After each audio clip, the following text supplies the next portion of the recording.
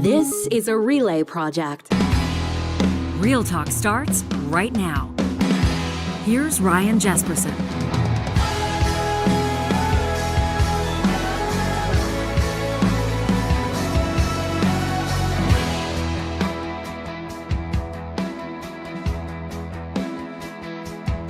Grateful to have you here with us on this episode of the show. In just a second, we're going to get into Alberta's COVID-19 task force report. You may have heard about this. It's being widely criticized, as a matter of fact, so we're going to get into it with an authoritative voice on it. The recently minted president of the Alberta Medical Association, Dr. Shelley Duggan, joining us live in studio. I've got about 1,000 questions on this, and I'm looking forward to seeing where our Real Talkers joining us on our live stream in the chat powered by Park Power are going to take this as well. A lot of questions about who was on this task force, some of the suggestions or recommendations that the report makes, and of course, long-term implications when it comes to healthcare in the province of Alberta, and of course, perspectives across Canada on this as well. We're also going to get to a feature. We've been talking to you a lot about how proud we are to be partnering with YouCan Youth Services. Right now, they've got testimonials. This is proof that what they're doing is working, and I'm excited to share a story with you before this episode wraps. Quite frankly, this show wouldn't be happening without the presenting sponsorship of Alberta's top online real estate school. You can check out Relo online at relo.ca. That's relo.ca, where better real estate training starts. If you're in that boat, a lot of folks find themselves in it. You just, quite frankly, had enough of where you're at. Your feet are stapled to the floor. You're stuck in a cubicle. You know what you're going to make this year and next year and the year after, and there's no potential to earn anymore. And then you see your friends, realtors in the commercial or residential space, unlimited potential. The sky's the limit. Explore the pre-licensing courses today at relo.ca. Nobody does a better job of getting the realtors of today and tomorrow set up for success. They'll help you study, they'll help you write your exams, get certified, and then kick off your career on the right foot. Invest in your own success today at relo.ca. Don't forget the promo code Ryan100. That's all one word. We'll knock $100 off the Alberta commercial or the Alberta residential real estate bundles. That's Ryan100 at relo.ca. Obviously, a lot happening in the news cycle, so nobody will blame you if this story's been flying under your radar, but it's an important one.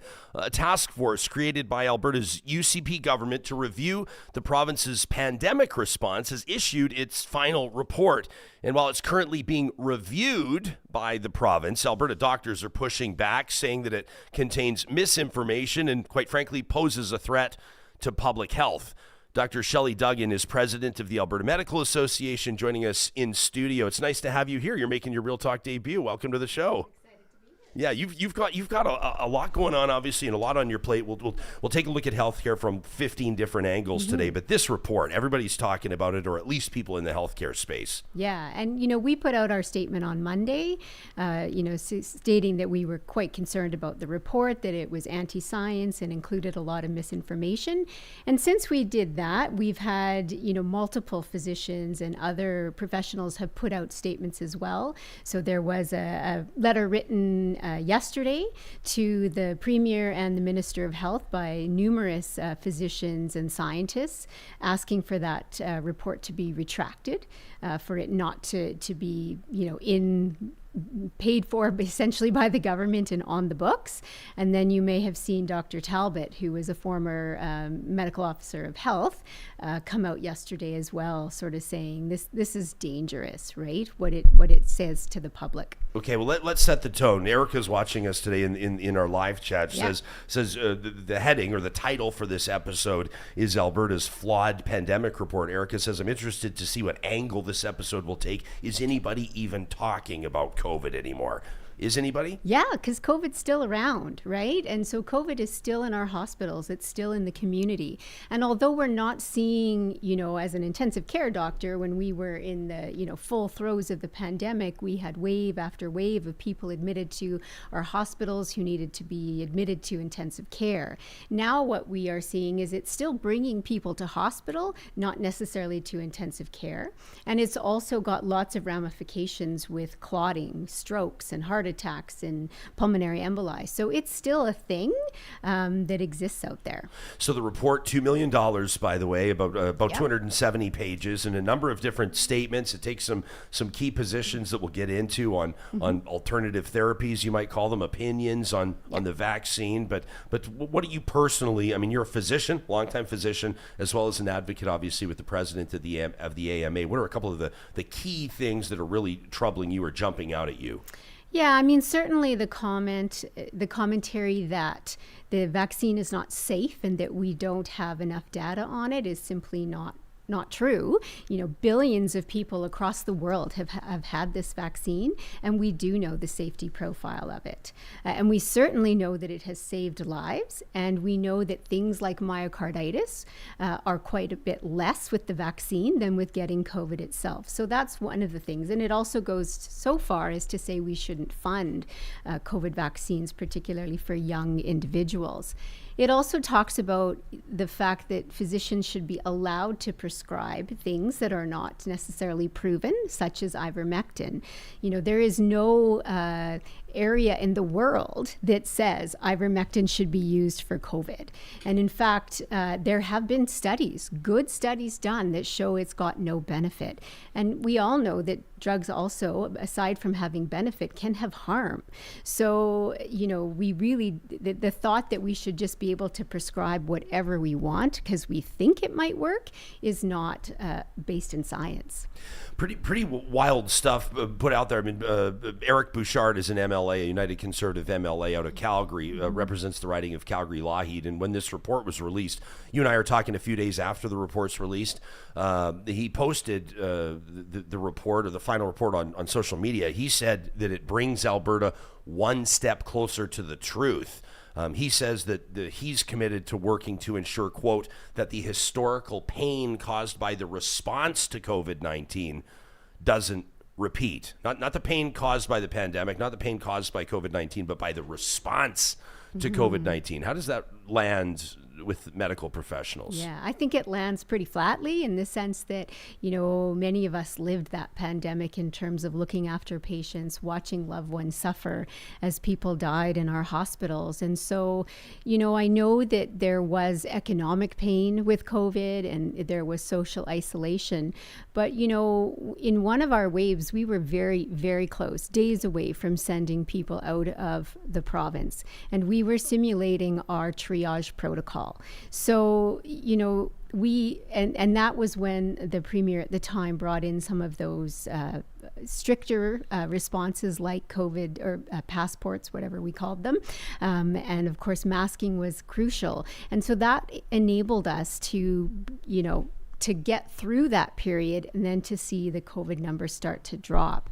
And so I don't discount that there was pain during the pandemic. A ton of it. But we had a lot of difficult choices to make. I also don't discount that we should have a report because we should learn from what we did during the pandemic. What can we do better? But the people on that task force need to be quite varied, right? So we should obviously have an expert in public health who would be on that task force. We should have experts in infectious disease and microbiology, other types of physicians. We should probably have patients, people who had COVID on that. We should have people who lost family members on that panel. So we should have a retrospective review of the pandemic, but it should be done thoroughly with a significant amount of diverse populations that are on it. So my understanding, the task force review, you know more about this than I do, but was led by a doctor out of Red Deer, Dr. Gary Davidson, former chief of emergency medicine at the Red Deer Regional Hospital Center.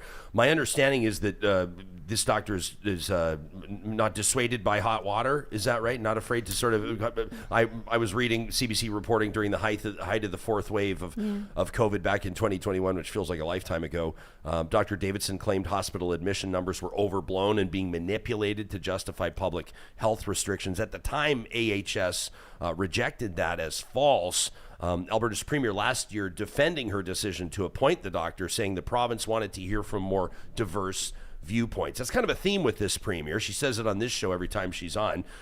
Is there room for diverse viewpoints or discussion on different approaches when it comes to COVID-19? Sure, there's room for discussion. And I think that, talking to the business community, how might you have done things differently? There's nothing wrong with doing that. But certainly our hospitals were overwhelmed with COVID at many points during that 2-year period. And it was not overblown. Things were quite dire at periods of time. And so I think a lot of healthcare workers would not agree with his opinion. The report has been described as being full of deficiencies and biases. How do those play out? Yeah, I think, when we talk, like a lot of people will say, I've done my own research. I'm going to decide whether I get this or not. But I think a lot of people don't understand what goes into training for medical professionals and scientists, right? So you can have 4 papers put in front of you that have been published that, might say, 3 of them might say the COVID vaccine is safe and the 4th might say it's not. But what's important is that you are able to interpret those studies, that that they were done appropriately, that there was, we talk about randomized controlled studies and placebo and blinding of the physicians and so forth. And so is there literature out there that potentially supports their views? Yes, but it's not good literature. And some of it has been retracted. Some of it has been proven to be false, right? And so it's important that, if someone is out there saying, do I get vaccinated, even in general, because as you know, we're having significant issues. We got measles outbreaks. They need to go to appropriate sources, right? And that would be their family physician. That would be the Public Health Agency of Canada, those sorts of places where people are experts and put statements together. I want to read something from the report. The task force, quote, recommends halting the use of COVID-19 vaccines without full disclosure of potential risks, ending their use in healthy children and teenagers, which I think is a pretty big deal, conducting further research into their effectiveness, establishing support for vaccine injured individuals, we've done a show on that, and providing an opt-out mechanism from federal public health policy. A former chief medical officer of health, Dr. Talbot, has said that this would, if implemented, take away a parent's right to vaccinate their children as they see fit, which doesn't sound like a freedom mandate to me. But what are your thoughts on the recommendation to halt the use of the vaccine? Yeah. No, clearly the Alberta Medical Association does not agree with this at all. We've got experts who review who should be getting the vaccine and the boosters on a regular basis. That's NACI, and they put out reports all the time. And so at some point, maybe they're going to say, this group doesn't need a booster, this group does, and that's fine. We will take that. But to blanket say that we should not be funding a group right now is not based on the evidence we have. And again, billions of people worldwide have received this vaccine and it is safe. And there is literature that supports that. So again, that's why we are saying this is not an evidence-based report. Your colleague, Dr. Sam Wong, president of the section of pediatrics with the AMA, disagrees with the recommendations, to say the least. I saw sort of an assertion from him that he thinks that the group cherry-picked its data. Is that a fair assumption, or a fair assertion, rather? It's certainly not a comprehensive review of the good scientific literature that's out there. So real talk. So someone will say, well, listen, this is like, it's $2 million. Governments will piss away $2 million here or there to keep certain people happy. Maybe there were some promises to do something like this, or to placate some folks, or to keep a special interest group or the grassroots happy. But at the end of the day, it's probably not going to change anybody's mind that's pro-vaccine and that's vaccinated their family and themselves. And it's, aside from maybe emboldening or reaffirming the perspectives of folks that are anti-vaccine or vaccine hesitant, it's probably not going to sway folks that are getting vaccinated to not get vaccinated, so that at the end of the day, we let this thing die, and who really cares? What would you say to that cynic? Well, I'd say that there are parents out there, right, who don't necessarily have any medical training, who see that this report was paid for by the government, that it sits, within the government's purview to do something about, and that's very concerning for us. That that it gives some legitimacy to it that we don't think should happen. I would also push back on the fact that it's only $2 million. I took a phone call email from a colleague last week who wants to pilot a very innovative mental health project for $3 million, and he is fighting to get funding, right? And so he has met with the ministry to say, and this has the potential to really impact and help those with mental illness. So $2 million is a lot of money in healthcare, and we could put that to a lot of use. I like that, and I want to circle back when you said, we should focus on what we did learn, and we should talk about that. Obviously, we can't just assume. In so many ways, as 100-year floods and fires can happen every 5 years, so can pandemics. Though we're used to them every 100. But if frontline physicians, if you had been given the opportunity to place a few key representatives, scientists, frontline physicians, and the like on this task force, what do you think some of the recommendations or findings might look like? Yeah, I think we would really have to, I think that the vaccination, the therapeutics, that those, clearly they would have been quite opposite to what these recommendations were. COVID was an interesting time in which scientists all over the world got together and worked quickly to figure out what worked and didn't work. So it was one of the sort of the better times in science because things happened. So I think we would have made completely different recommendations. As for the social things, should kids have stayed home from school, right? I don't know the answer to that, right? All I know at the time is that we were drowning in periods of time with patients, and we needed to figure out a way to get out of it. Yet were there consequences? Absolutely, right? I have a kid. He was, away from school for a long time. He didn't really play hockey for, 1 or 2 years. Is that ideal for him? No.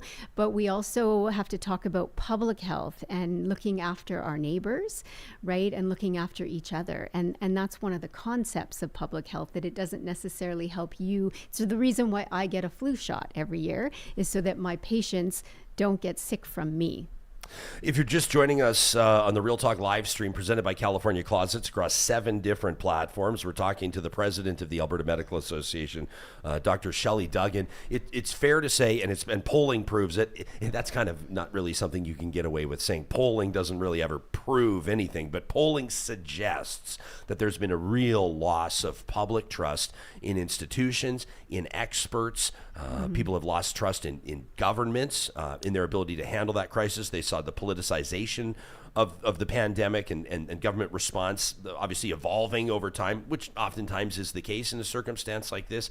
They're seeing a loss of public trust in experts like in the medical profession, let alone the media and everybody else. Are you concerned that maybe this is going to make that worse? Absolutely. It's one of our worries, particularly with the commentary on vaccines, because, we have measles outbreaks now in areas of the province. We have whooping cough back, right? And I know that people will say, well, the incidence of death is 1 in whatever with measles, but, if that's your child, right? That's a big deal. And quite frankly, we can prevent measles. We basically had it eradicated, and now diseases are coming back. The diseases that I learned about in med school and thought I would never see are coming back. And we've really got to, when you also we're this privileged country where we take for granted vaccines, and yet in other countries, families stand in line for days to get their children vaccinated because it has revolutionized child mortality, right? So we've got to make sure that we are pushing back on anything that is simply anti-science.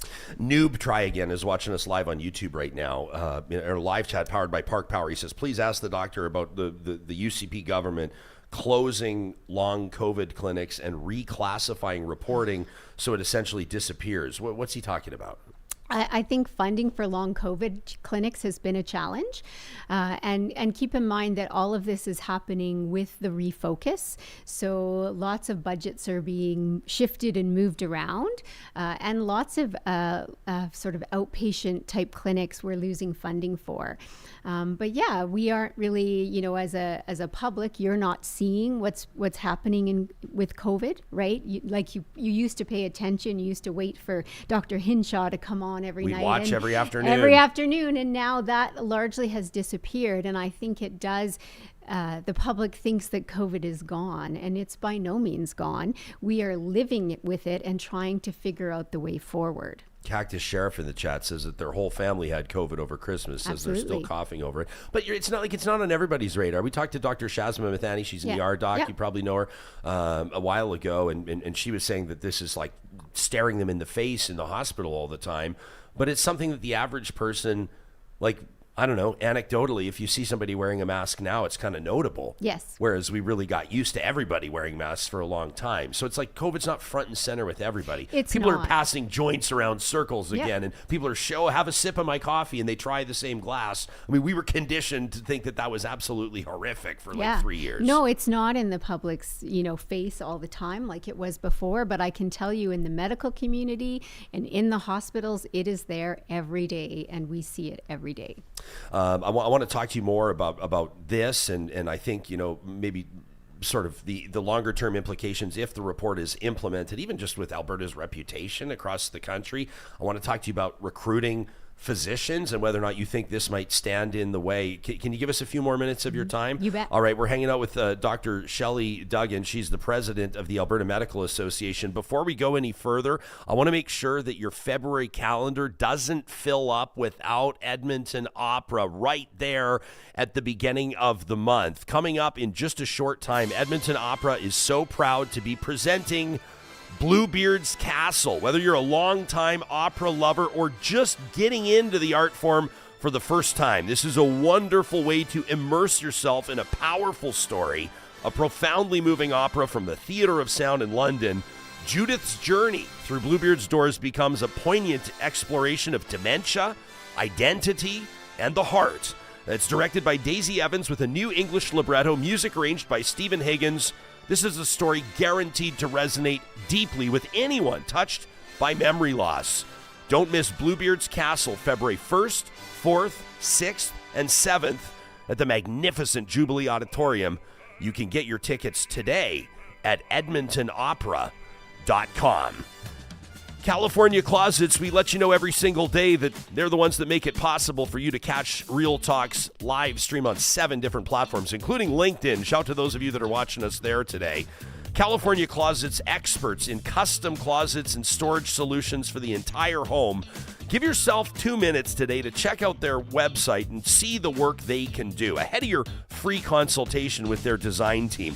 Now, I'm going to say something that I know is the case. I know some of you see the commercials. I know some of you hear me talking about California Closets and you go, there's no way I could afford this. Well, if you scroll down their page, the homepage at californiaclosets.ca, you can see the different levels of installations they can do, from practical simplicity all the way up to luxury refined. They can work with any budget, and all the work they do is guaranteed for life. You can request that free consultation today at californiaclosets.ca. John, I was raving to you on Monday when we first got back in after the weekend how much fun we had at the Chamber Ball on Saturday night. Looked more than like 1,000 people. More than 1,000 people. Yeah. Hey, I want to tell you something. This is behind the curtain. I'm not supposed to say this, but Real Talkers need the inside scoop. I asked the team at the Chamber, because like last year, I think they had 800 at the Chamber Ball. Yeah. They just keep raising the bar every year. I said, how many tickets did you give away? How many tickets did you comp? To fill the room. To fill the room, to get to it. You know how many tickets they comped? 0. There you go. It was a sold-out room, Edmonton's business community with those golden tickets, an incredible networking opportunity. What I love about the Chamber Ball, it reminds us about the valuable investment you make with an Edmonton Chamber membership. They've got events running through the year, including insights into, of course, Alberta's budget, which is coming up, set to be released. Edmonton's Chamber is driven by community, dedicated to you. You can learn more about membership and chamber representation by checking out their website, edmontonchamber.com. And one final note, we're talking a lot. I was mentioning Jasper yesterday, and every time we do, I know a lot of you are like, oh my gosh, we just got back, or oh my gosh, we're on our way back out there. If you are cruising around town, you're bound to see the work trailers. You're going to see the work crews that are there helping folks get their lives back. Give a little honk, will you? If you see a Complete Care Restoration van out there, a trailer, a truck, they're out there right now helping folks get their lives back together, and obviously not just there. Across the province for more than a quarter century, this talented and certified team has been restoring properties and rebuilding peace of mind. They're ready to respond 24/7, heaven forbid, if disaster strikes. You can find them online at completecarerestoration.ca. Hanging out with Dr. Shelley Duggan about 4 months into her new role as president of the Alberta Medical Association, a longtime physician. I'm always fascinated in how you guys do this. So you basically still practice medicine, essentially full time, plus you take on these advocacy duties. Yeah. Can I ask you a personal question? Yeah. How do you manage it all? Well, sadly, but somewhat efficiently, I do a lot of nighttime work. bet. So my days are free. Yeah, I bet, because you got, like, it's not just, media obligations that you have. There's advocacy, there's government relations, and then there's obviously policy stuff. Like, Alberta's family doctor shortage. I want to get into this with you, but I want to establish, Alberta's reputation across the country right now, and the reputation of Alberta doctors and Alberta's medical system, healthcare delivery. Albertans have been proud for decades of our healthcare delivery across the country and around the world. Seems like we're taking a few shots, and I'm curious to know your thoughts on that, and ultimately, bigger picture, why that matters. Yeah, it does matter because, although I'm a born and raised Edmontonian and I probably can't consider living anywhere else, it's, for some people, coming to Edmonton is a bit of a They got to be convinced. Yeah. They got to be convinced, and certainly we don't bring them out in January. No. But, we have traditionally had an Alberta advantage that we don't seemingly have anymore, in terms of payment models, but also we've got a challenging time with the, refocusing of the healthcare system. So things are very much up, for grabs as to how things are going to settle out.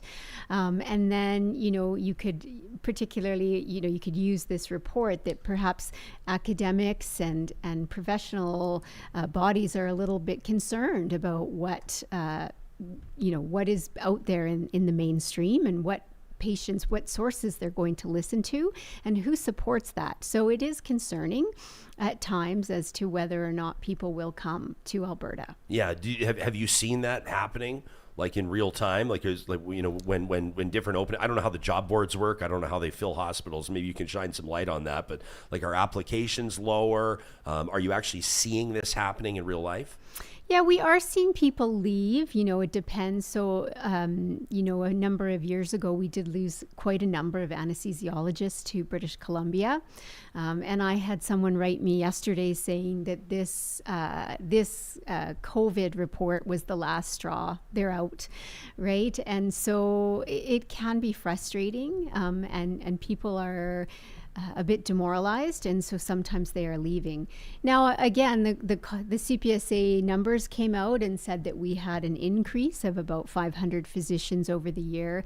Again, we only know that they're docs and that they're registered. We don't know if they're practicing. We don't know if they're living in Alberta. We don't know what they're practicing, but we certainly aren't keeping pace with population. Yeah, because I've had some people reach out and say, well, listen, the numbers show that the numbers of doctors in Alberta are increasing. So they're questioning even the assertion that there's a shortage. They're questioning the assertion that Alberta's having a tough time filling the openings. What would you say to these people? Yeah, it is a tough time, and there are particular groups that it's really problematic. So anesthesiology is a really tough one right now. It contributes to the fact that it's one of the main reasons why people might wait longer for surgery, because we just have a shortage. And we talked about this yesterday when we talked about the obstetrics and gynecology issue. Again, part of that problem is having those experts to help out. So we do have a significant shortage, and it's national. So it's not just Alberta. So we are competing with all the other provinces for the same group of individuals. Does this COVID-19 task force, I'm going to be honest with you, I've not read all 270 pages of it, but does it provide any roadmap or any what you might describe as meaningful approaches or solutions to Alberta's health workforce crisis? No, absolutely. And we do have a workforce crisis at doctors, nurses, respiratory therapists. And what we really have got to start focusing on is strengthening the whole concept of team-based care, so that every member of the team is working to their scope and doing what they each can do for patients. You were not president at this time, but the Alberta Medical Association had a bit of a tense relationship with the government, with the provincial government through the pandemic. How would you describe it present day, 4 months into the role? I think we're starting to work together quite well. I've, had the opportunity to meet with the minister a number of times. We do interface with Alberta Health almost on a daily basis, and I think we're starting to get that relationship on track. I think it's a relationship now where we can sometimes say, I'm putting my cards on the table so you understand what the problem really is and how can we work together. So, and I have regular meetings with the Minister of Health. And so far that's going quite well. And we did manage to get the new payment model for family doctors across the line finally.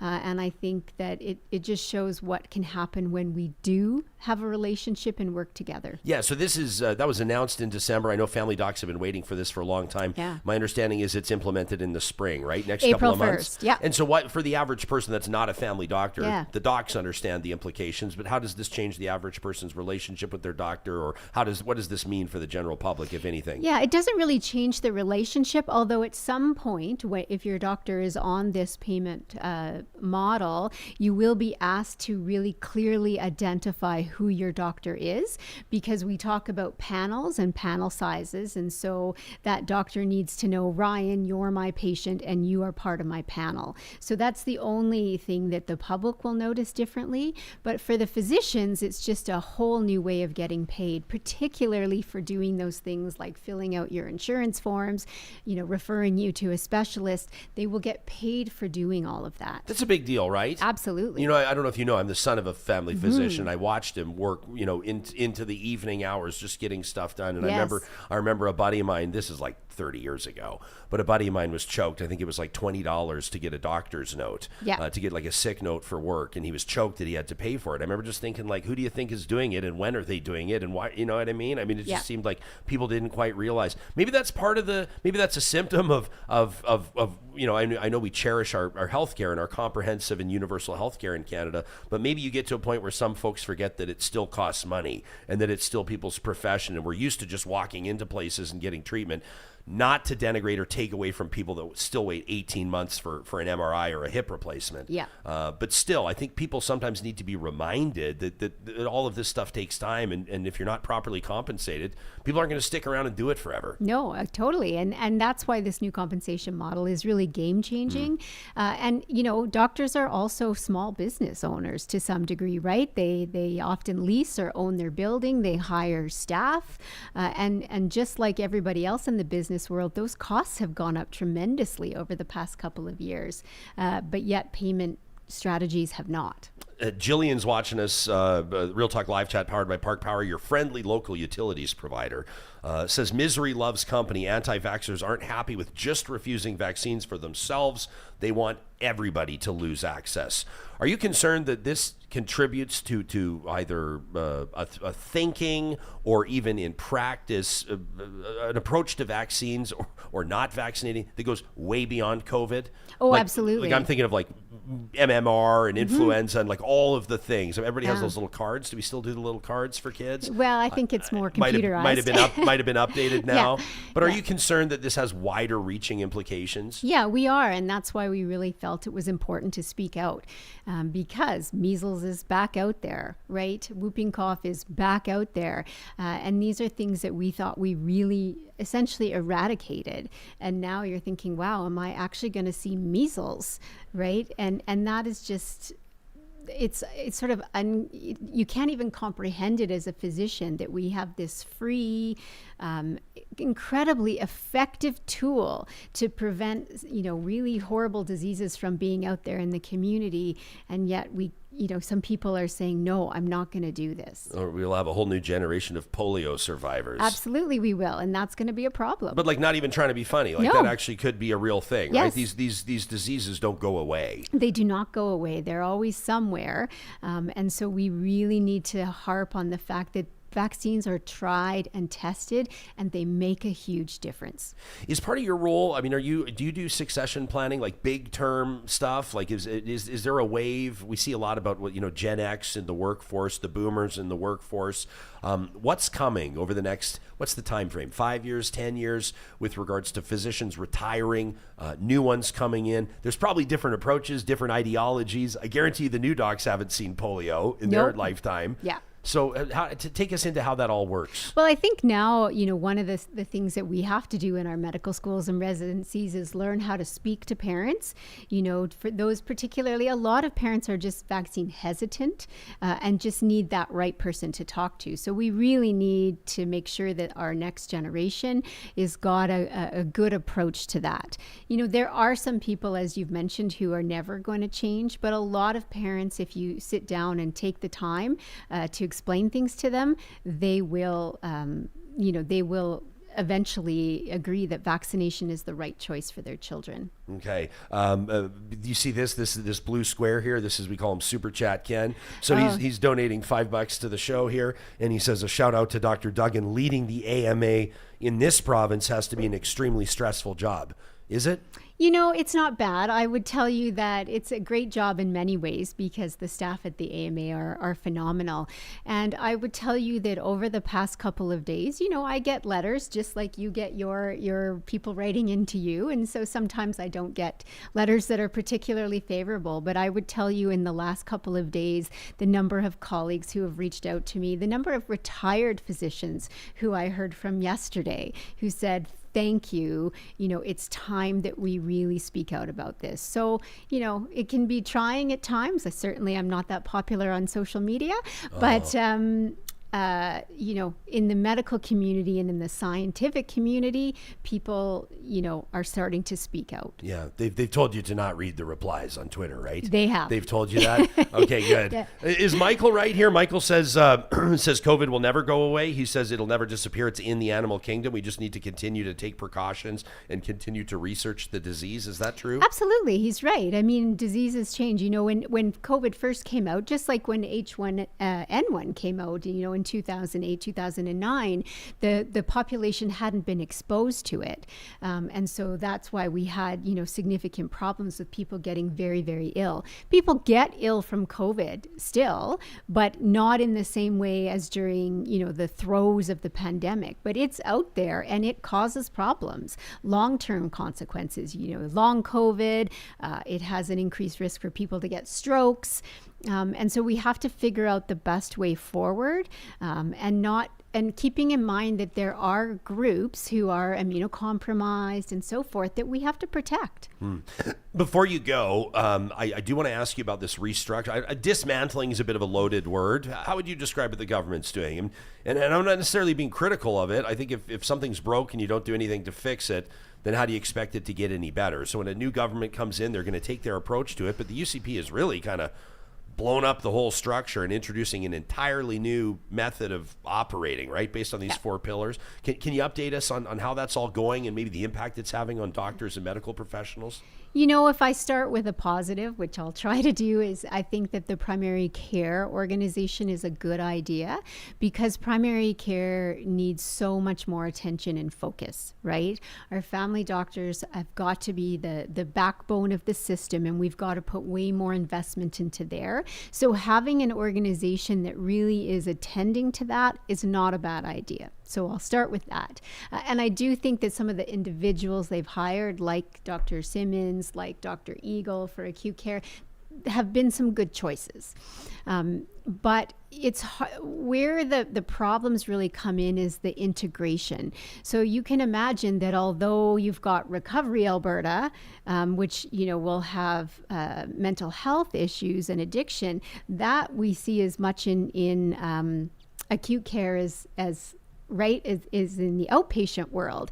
And then you've got continuing care. Well, acute care doesn't function if we can't get people out, right? And so the problem is that siloing them is a bit hard to figure out what goes where and why are they there and not here, because so many things are in all of the silos.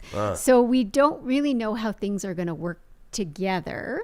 And just to give you an example, so, even last year when Edmonton was having quite a huge influx of influenza patients, AHS was able to say everybody is pulled out like as quickly as possible. So if you don't need to be in hospital and you need to go somewhere else, this is top priority. Yeah. And it was done because they were all part of the same organization. Right. Now continuing care is going to be separate.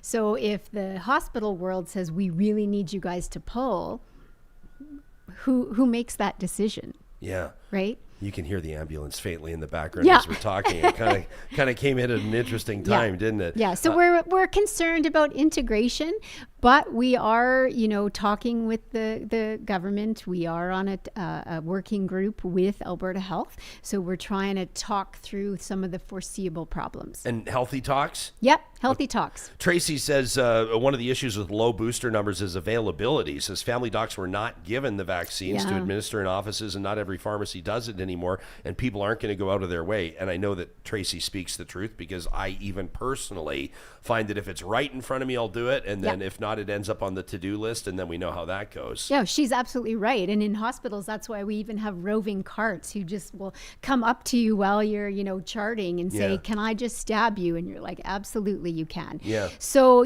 she's right. And we think that's something that was not a great decision. Family physicians should have vaccines. Now there's, storage issues, but a lot of them have already got the appropriate fridges and storage. And we really think that that's something that should be in the hands of our family physicians. But it should be a lot of places, right? Your pharmacy, it should be in hospital. They used to do it on, I know you're a big Oilers fan, they used to do it on the concourse at Oilers games. That's fantastic. Could you see a world where they're doing it like outside grocery stores and stuff like that? Yeah, although there does need to be... You'd probably have protesters now. Well, you might have protesters, but you do need to make sure it's entered into the system, right? And then you do need to have, it's pretty rare to get anaphylaxis, but you do need to have appropriate medical supplies on hand and personnel. But making it as easy for people as possible to get a vaccine is truly the way to go. Okay, let me ask you before we thank you for your time. There's if people go to albertadoctors.org, they can check out, they can read your president's letter and check everything else. There's a lot of great resources for the Alberta Medical Association on the website. But you're talking about acute care concerns specifically with OBGYN. Take us into this.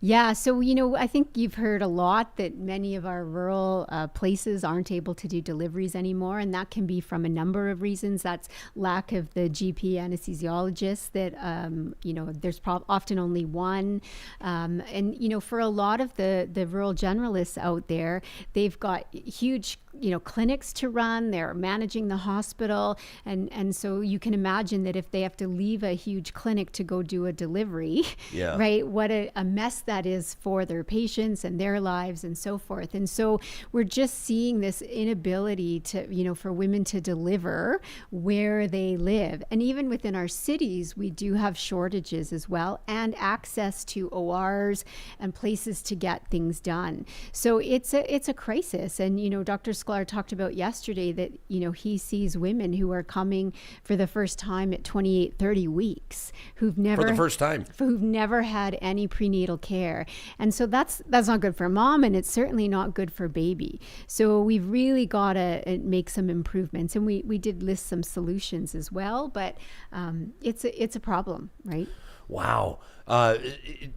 Geez, there's just like a million things that we could ask you about and talk to you about, but I just want to respect your time. Is there one other thing? Is there anything else that's front of mind for you that is like red alert status right now that you think Albertans need to be aware of? It could be on an advocacy front, a delivery front, or have we covered the main fires? Yeah, I think healthcare is really at a crossroads, and we've really got to put some thought into what we want it to look like and what we want to be available for us going forward.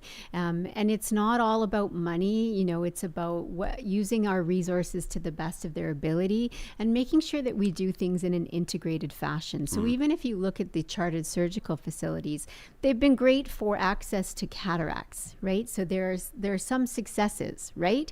But on the flip side, it has meant that people who need surgery in hospital, people, because they can't be done at a chartered surgical facility, are often waiting longer. So we have to, everything we do in healthcare, we've got to think about the unintended consequences. But I think it's important that people talk to their elected officials and say, this is what I want, because right now it's not in good shape. Dr. Shelley Duggan is president of the Alberta Medical Association and our guest on this episode of Real Talk. Thanks for your time and thanks for joining us in studio. We sure appreciate it. I'm glad to be here. You can learn more by checking out their website, albertadoctors.org. You can subscribe to the president's letter and learn more about their advocacy efforts, membership, if this is your calling, of course, in the news and events that are coming up. These conversations on Real Talk happen with the support of incredible sponsors. And I want to talk to you a little bit about something personal. Johnny, I was telling you the story about heading out to my friend's place for dinner the other night. And so I'm always talking to you guys about Friesen Brothers. And I said, well, I got to put this into practice. And so I'm swinging by the Friesen Brothers kitchen. You know, you can grab the stuff that's like hot and ready. I wasn't going to I didn't have time to make dinner myself. Real Talkers, if you're just hearing this for the first time, if you haven't heard the story, I cannot recommend this more. They've got their braised beef short rib. I picked up 2 of those. These things are absolutely massive. Some nice fresh horseradish and some au jus, the warm potato salad, the mashed potatoes, roasted root veg, roasted beets, and rotisserie chicken. And let me tell you, we were all absolutely thrilled. This is just one of the reasons why Friesen Brothers just elevates its offerings above anybody else.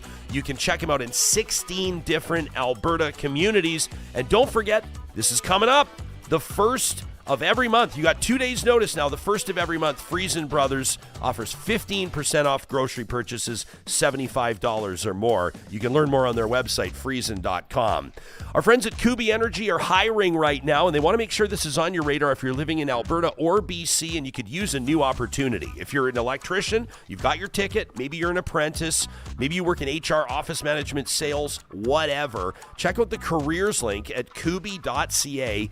Learn more about powering your career with innovation.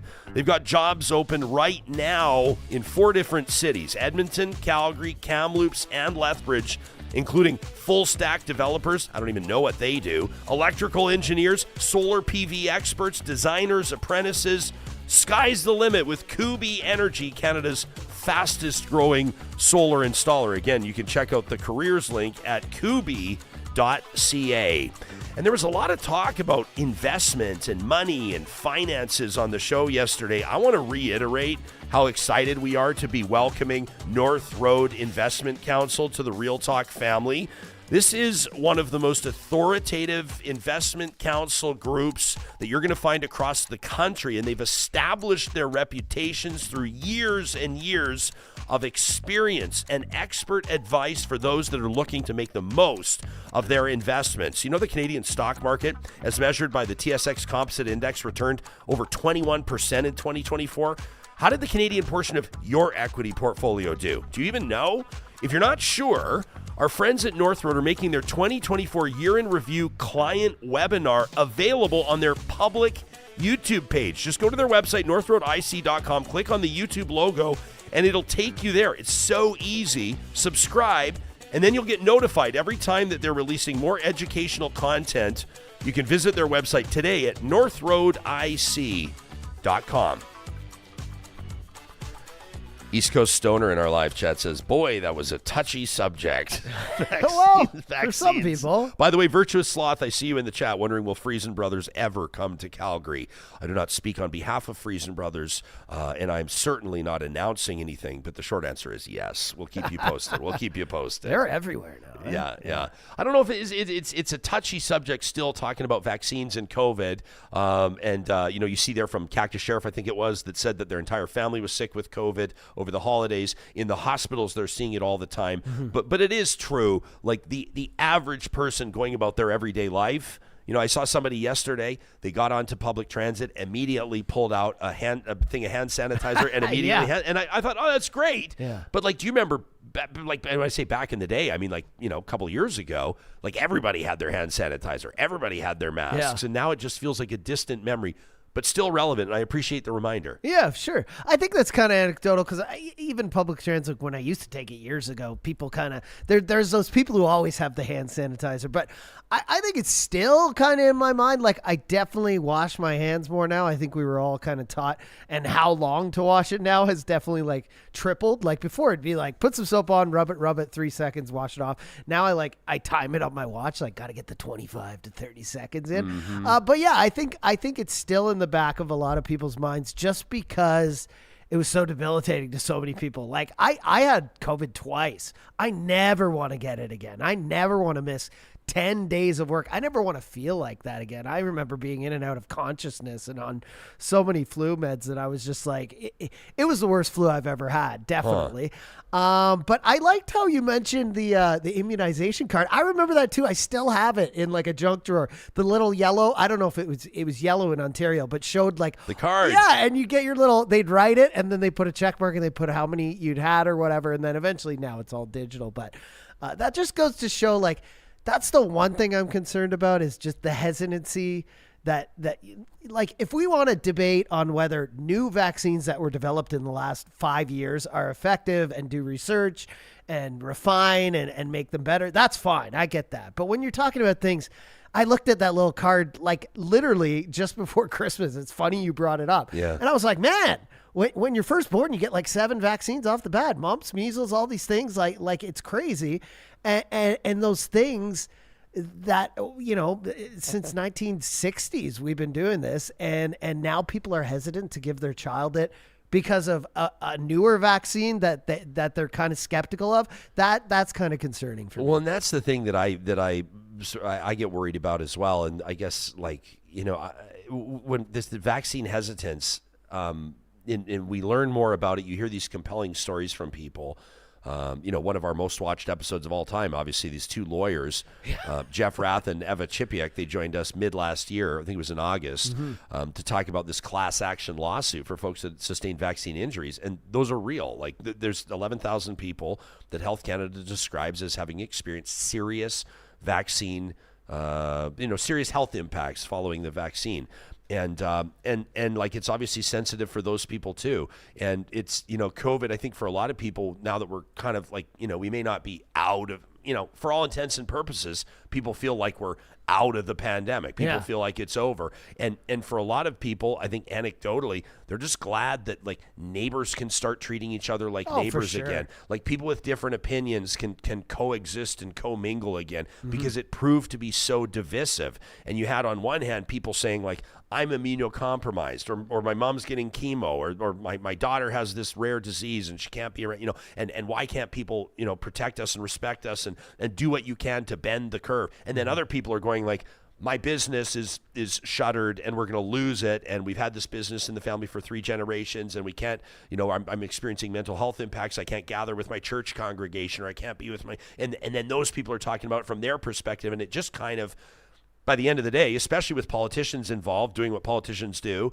it kind of turned into like just a huge yelling match and basically people insulting each other and nobody on the same, people spitting toward healthcare workers. Like, I mean, you know, it just got to the point where I think a lot of people right now, whether it's subconscious with us or not, we want it to be behind us. Yeah, 100%. Understandably. And I was like that too. I remember when you know, things opened up and kind of life got back to normal, I would say on the show occasionally, you know, ever since COVID, or COVID is over, and people in the chat would be like, it's not over. And the doctor with us today even said that, like, I see it every day. People are still getting COVID. People are still coming into the hospital. So I recognize and respect that. But I totally agree with you. It's a stressful topic. There are bad memories from COVID, financial, tragic. Like I knew a guy who died literally in his early 40s who, you know, he was not a close friend, but an acquaintance. And when that happened, I really started to take it serious. So I understand people have like PTSD from it and they don't even want to talk about it. Yeah. But at the same time, like, we need to focus, and people in the chat are even saying right now, I agree with those people on the other side who are like, wait till 10 years from now. Yeah, let's review it. Let's see what happened 10 years from now. Let's see what we did wrong. Let's see if the vaccine was effective. But the other thing is, things change. Like the doctor said it even now, like the mutation rate on COVID is just crazy. So the ailment changes, the vaccines change, we update things. It's never a constant. We're never going to look back and, you know, we can look back 10 years from now and say the first vaccine wasn't effective. Okay, well now we've got, you know, version 30 or whatever, right? Yeah. So keep reviewing, keep analyzing. But I mean, in general, I just think the hesitancy to, especially getting your kids vaccinated, it is going to do harm to other people. So that kind of scares me. Yeah. Yeah, and also like kids can't make Other decisions for kids. themselves, Yeah. and like I just think I don't know, man. My dad's older brother survived polio, and I've seen how it like he's amazing, resilient. That's the uncle that I just told you they just lost their house in the Altadena fire, but it's impacted him his entire life surviving polio, and you see it, and then you just think like if you're gonna have like 3 How? and 4-year-olds that are getting polio now because they're not getting vaccinated because their parents aren't doing it anymore, you know, it's not just the COVID vaccine. This vaccine hesitancy expands and it extends to different. I just think it's something good. I think it's something people should be talking to their friends about. I think stick to the science. I can't believe that's like an opinion now as opposed to a fact. I do appreciate this from Vamp Fashions, who says instead of the paranoid use of sanitizers, you should really let your system encounter germs, viruses, icks, and so on so that it is strong and experienced. In other words, eat some dirt while playing. I will say, farm kids seem to be healthier than all the other kids. Okay. I will say that. But this is something I was. This Robin Roasting is kind of a 2-bit Twitter personality that is oftentimes in touch with the show, with the profile photo of John Wayne. I've told you about this Robin Roasting before, but we got it. We got this tweet the other day, and I wanted to bring it up about a week ago. Actually, Robin says information you'll never get on Real Talk or from Ryan Jespersen. You know, this increase. This released by the government of Alberta, the source, the College of Physicians and Surgeons. This is good news, an increase, the most registered doctors in Alberta's history. Robin says this isn't the doom and gloom that Jespersen and his, quote, experts dwell on. Says it's not the end answer, but it is improvement. It's why I wanted to ask Dr. Duggan about this. It is, obviously, and you can see we did respond to Robin. I said, of course, an increase in doctors is good news.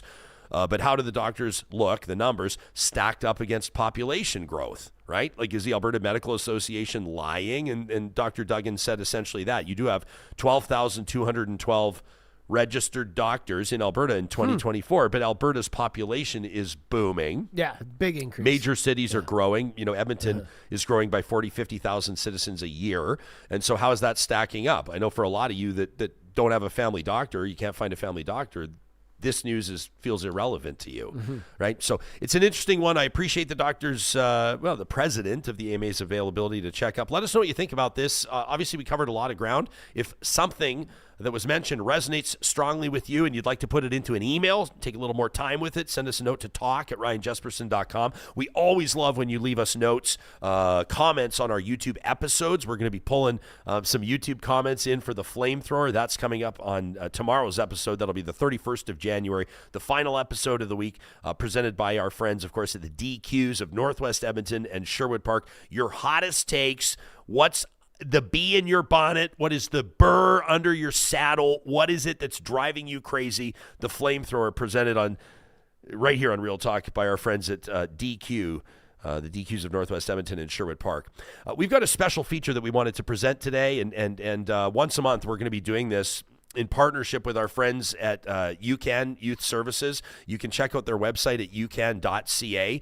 I've been telling you every day about the work that they do with young adults aged 18 to 25, helping them out of harm's way and onto a path of economic independence. You can learn more about the programs and services. You can connect with YouCan yourself by visiting the website, but nothing speaks more loudly than personal testimony. And right now it's our honor to introduce you to Ethan.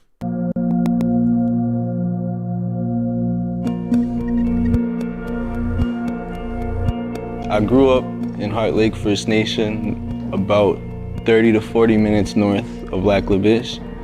From 3 years old, I was put into foster care, and I was in foster care until I was 11. I moved in with my aunts out back in Heart Lake to be closer and connected with family.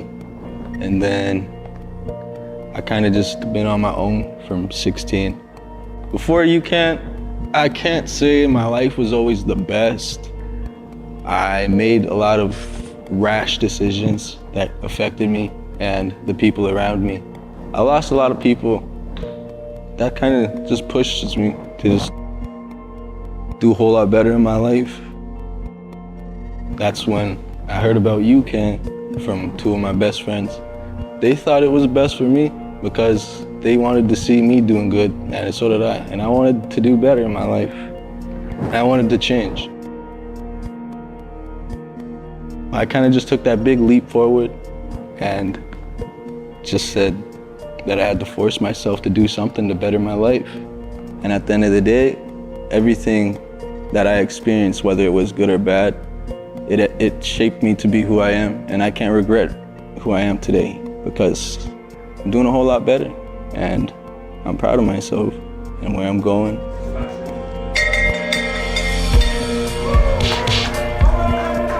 It doesn't matter whether you focus on the good or the bad, you have to focus on what's in front of you.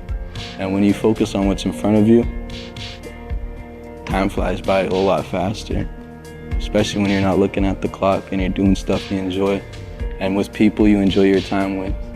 It makes life a whole lot easier, especially when you're working with each other and you're kind of just learning along the way and just growing together as one. Just emotionally and mentally, you guys really push me to do what I can, even when I may have not felt like it. Because even most days, I just do what I can to be okay. And you guys made it a whole lot easier for me to be okay. And you guys showed me that there's a whole lot more to life, and that's what I needed. Ethan, please let us know.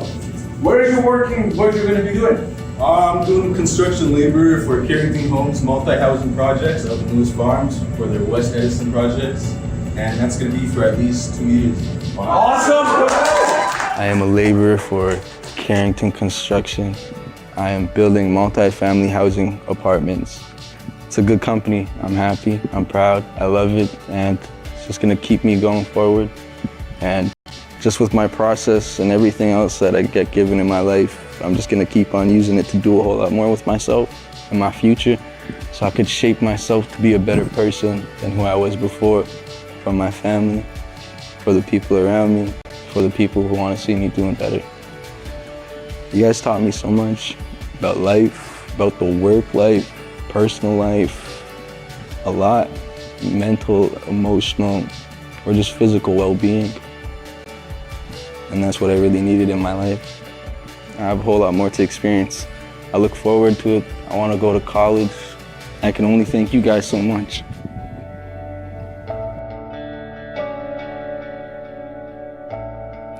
It is our huge honor to introduce Ethan to the Real Talk audience, and we want to thank you. I love in the live chat, Ms. Katie is like, this kid is so inspiring. Lauren says, show them the way, and they will follow. What a great segment. PNC Bio watching says, what an inspiring young man. This is the type of thing that YouCan makes possible. These incredible stories. These are human beings that are tapping into incredible potential and moving forward with nothing but promise in front of them. Mm-hmm. You can learn more about YouCan Youth Services by checking out their website, youcan.ca. We're so proud to be partnering with them. And of course, make sure you check out the information on their comedy nights. Those are coming up in March, the 10th through the 12th, the 17th through the 19th. Fundraisers for YouCan. I'm excited to be there. I'll be there the night of the 17th, and we'd love to see you there, Real Talkers. Again, at youcancomedy.com. It's so much better when you see a video of an actual person who's come out, been affected positively. That was so just true. Awesome. Yeah, I love that guy. Yeah. Ethan, what a good story. Yeah. You and I didn't lead with this today because, obviously we're talking in our neck of the woods, in our backyard. We're talking about healthcare. We've got the president of the Alberta Medical Association here, but we have to mention just an absolutely tragic circumstance that's unfolded right by Reagan National Airport near Washington, D.C. Absolutely crazy. What we know right now is that an American Airlines passenger jet collided with, they're saying a Black Hawk, like a military helicopter. Is that right? Yeah. So American Airlines flight late last night. I don't know how this happens. I guess we'll talk about it. A military airplane or helicopter. I don't know how. There must be a huge mistake. But search and rescue going on for hours. But the latest news says no survivors. 64 people on the plane, a few in the helicopter. But you can see photos here if you're watching on our video version of the pod of search and rescue all the way into the early morning this morning. And we've also got some stills here. I don't know if you want to show the video, but we've got some stills. This crash, now we're finding out, has been captured on closed circuit television, as well as some dash cam footage. And pretty horrific. Yeah, I mean, stuff. we always have mixed feelings when we share something like this, but this is video reported to be of the crash, and I'm showing right now. This is dash cam footage, and you can see in the left-hand side of the screen just a mid-air collision there, and then a fireball. Obviously horrific. Nightmare. The president, Donald Trump, beginning his briefing with a moment of silence today. And obviously just, prayers for all of those lost souls on board. Just a horrific circumstance, obviously, and unimaginable tragedy. You just started, I don't know, I don't know what to say in a circumstance like this, but you just don't think that's going to happen. Somebody's like, we lost a Canadian sailor that was on a mission to, on Canadian soil. The boat overturned, this sort of like a Zodiac type boat the other day, and you just think that there's people that are serving their country all around the world that are out on these missions, and they're doing what they do. And then there's people on a passenger jet that are probably on their way to business meetings or on their way homes to their families, pilots that are operating maybe a plane or a route that they've flown 300 times. And all of a sudden, in the blink of an eye, not just the lives of and I mean, the numbers are staggering. There's, what are they saying, almost 70 people. We don't know yet. This is obviously very early stage stuff, and we're not necessarily like reporting on it. We're just commenting on it because it's happening around us, and because we're human beings.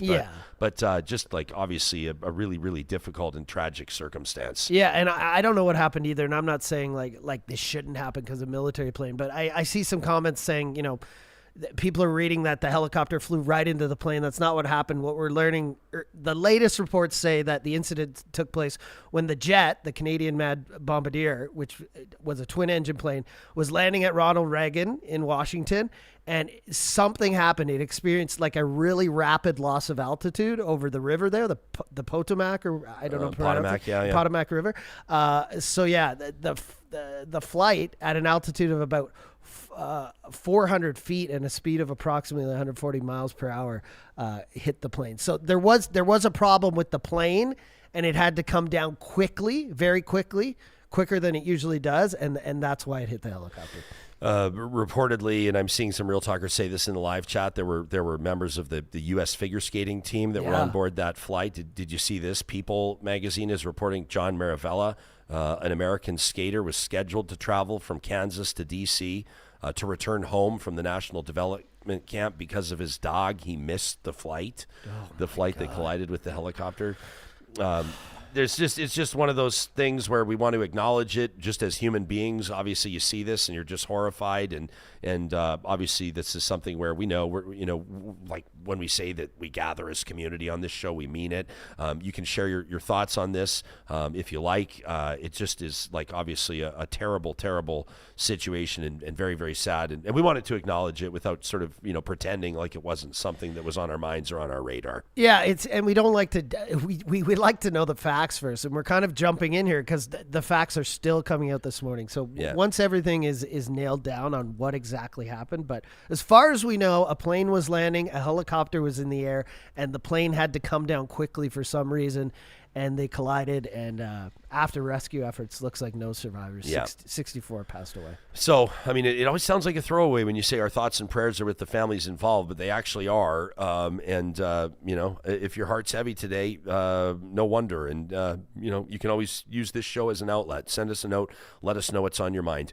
We also want to invite you as we're getting set to wrap today. Not quite yet, but as we're getting set to wrap today, I want to let you know about a couple of things that are coming up on tomorrow's episode, the 31st of January. We have a Real Talk Roundtable. This is the day before Trump's tariffs are expected to be imposed on Canada. So we've got a great roundtable, a Real Talk Roundtable on tariffs specifically. We invite you to join us for that. That'll be live at 8:30 Mountain or later on demand, wherever you get your podcasts and on YouTube. And also, John, we will be drawing right around 9:30 Mountain Time live on the January 31st we're gonna do show. live. We're going to do it live. Amazing. We're doing it live. We're doing it live. We had our early bird draw. We were telling you about this, our Real Talk Pond Hockey Classic. This is coming up on Saturday, February 1st. This is honestly like the best day of the year, and we're showing you some memories on the screen right now presented by Molson Canadian of past years. We've just had so much fun with bonfires and beers and burgers and outdoor hockey, all in support of wonderful charities like Uncles and Aunts at Large and Kids Sport. men's mental health charities we're adding to the mix this year.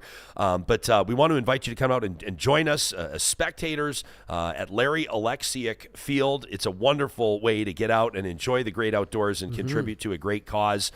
We love meeting real talkers that come out and introduce themselves to us, and oftentimes for the first time. St. Albert's Mayor Kathy Herron's going to be out there. We know that. And so live on the 31st, that's tomorrow's episode, we're going to be drawing our early bird prize, which is all the teams that registered before January 1st qualified to win 6 drink rail tickets to the Oilers Maple Leafs game, which will be right after our Pond Hockey Classic. Yeah. The limo bus shows up at Larry Alexiak Field at 3:30. We're going to get our winners on the limo bus, and we're sending you to Rogers Place to go to the Oilers game. Don't blame us. Like, our scheduling is usually, No. it wavers. So, like, we're going to make sure you're there. 3:30. But you will be at the game. You will be at the game at some point. But we're going to draw that winner live, so somebody's going to win. We wanted to give them 24 hours notice because you're going to probably have to clear it with your life partner. You're going to probably have to clear it with other, like maybe you need to get childcare or whatever it is. Early games are dangerous. Oh my gosh, it's going to be so much fun. So that's the Real Talk Pond Hockey Classic, which is coming up, and the live draw will be on the January 31st show. That's the tomorrow show around 9:30 Mountain. So if you're in the mix, if you registered for the Pond Hockey Classic before January 1st, make sure you tune in to see if you're the big winner. And then I also wanted to put on folks' radar, coming up on Sunday, the 9th of February, Patrick Mahomes is going to be going for his third straight Super Bowl. I was like, we're working? No, you got the day off, but I want to buy you lunch. If you want to come hang out with us, buy us dinner. I'm really excited to be partnering with our friends at On the Rocks. We're going to have an absolute blast at their Rockin' Bowl Super Party, which is coming up on Sunday, February 9th. It's a $30 ticket. You want to get it ahead of time because it sells out every year. It's an all-you-can-eat tailgate buffet. They do such a good job. A prepaid moose head, a commemorative T-shirt, guaranteed seating, and entry to all the prizes. You're going, what? What's the catch? There is no catch. And get this, in addition to that $30 ticket, and you get the dinner and the shirt and the moose head and all that, there's also a $1,000 cash prize. At the end of the game, and you got to be there to win, they draw a name out of a hat, and somebody wins $1,000 cash, no strings attached. So there's prizes between every quarter, and then the $1,000 prize at the end. It's at On the Rocks. I have never had a bad time at On the Rocks, and Super Bowl Sunday will be no different. It's the Rockin' Bowl Super Party at On the Rocks. I'm excited to host it. You can get your tickets today by checking out their website or give them a call. That's On the Rocks on Jasper Avenue. Make sure you book your table today. That's it. I'm going. That looks like a great deal. You should come. I will be cheering against the Chiefs as always. Are you sort of like are you an anti-Mahomes guy, or you just want to see somebody else? Taylor Swift? No, no. I'm an angry, disgruntled Dolphins fan for my whole life. I get it. And so I pretty much hate every team. I get it. The website, by the way, ontherocksyag.com. If you want to check it out and get your tickets today, ontherocksyag.com. I'm still deciding which T-shirt I'm going to wear when I host it. I have 2 of them. One of them says, "I hope both teams have fun," and the other says, "Go Taylor's boyfriend." So you do like a Switzerland thing when you host these. Well, "Go Taylor's boyfriend" is pretty bold, So. But she's a Eagles fan. That's what's so crazy. Like, she grew up in Pennsylvania. Yeah, so she grew up in a small town in Pennsylvania. So she's a lifelong Eagles fan who I think this is the second time now, right? Eagles Chiefs. Not while they were together. I'm not the one to ask. Anyways, the one where Kevin Hart was drunk at the Super Bowl, that was Eagles Chiefs, was it not? Amazing. Anyways, but yeah, so that's a crazy story, like she's from Pennsylvania, but they're cheering on her, her boy. So yeah. Yeah, the Eagles get a rematch with the Kansas City Chiefs in 2025. So there you go. Exciting stuff. Answer a quick question here from Ms. KD, who wonders, does the Real Talk Julie Rohr Scholarship benefit from the Pond Hockey Classic, or is that the golf tournament? That is the Real Talk Golf Classic, Ms. KD. Thank you so much for asking. And just because we're in the business of shameless plugs, because no one else is going to do it for us, if you go to our events link, you can find links to both the Golf Classic and the Pond Hockey Classic. The Real Talk Golf Classic, we've not officially opened up registration yet, but I can confirm the date. I believe this is the first time we're announcing it. I was just going to say, I'm finding out. Yeah, I think you're finding out right now, because we've just... it's around the same time every year, actually, this is... Let me allow this be as we wrap here. This will be my soft announcement, my soft launch They're not even on the website yet. This is, am I jumping ahead of myself? We're so excited to officially, for the 2025 golf season, be partnering with the Ranch Golf and Country Club. We Amazing. are officially partnering with the Ranch. When you're golfing out there, you're going to see some Real Talk messaging on your GPS screen, and you're going to be hearing me through the golf season talking about the amazing conditions out there at Alberta's #1 public track. That's the Ranch Golf and Country Club, and we will be bringing the annual Real Talk Golf Classic back to the Ranch on Thursday, the 19th of June at 2 p.m. So we'll let you know as soon as registration opens for that. Thursday, the 19th of June at 2 p.m., the Real Talk Golf Classic. But right now, it's all hands on deck for the Pond Hockey Classic. Can't wait. I'll see you this weekend. Which is going to be fantastic. And in the meantime, Real Talkers, I want to thank you for absolutely everything you do to make this show happen the way that it does. For some of you, it's showing up in the live chat and contributing. For others, it's signing up and supporting us on Patreon. Maybe you subscribe to us on YouTube and the podcast. Maybe you left a review or told your friends about it. Whatever it is, all of it makes sure that these important episodes are amplified to the biggest possible audience, and we couldn't love you more for it. Thank you.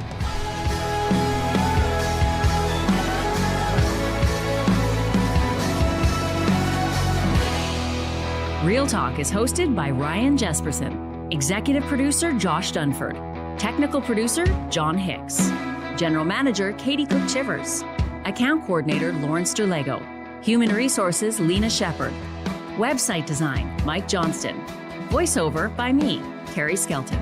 Real Talk's editorial board is Supriya Dwivedi, Ahmed Ali, Brandy Morin, Ann Castleman, Corey Hogan, Harman Candola, Catherine O'Neill, and Chris Henderson. Member Emerita, Julie Rohr. Real Talk is recorded in Edmonton, Alberta on Treaty 6 territory, the traditional and ancestral territory of the Cree, Dene, Blackfoot, Saulteaux, and Nakota Sioux, home to the Métis settlements and the Métis Nation of Alberta. Real Talk is a relay project.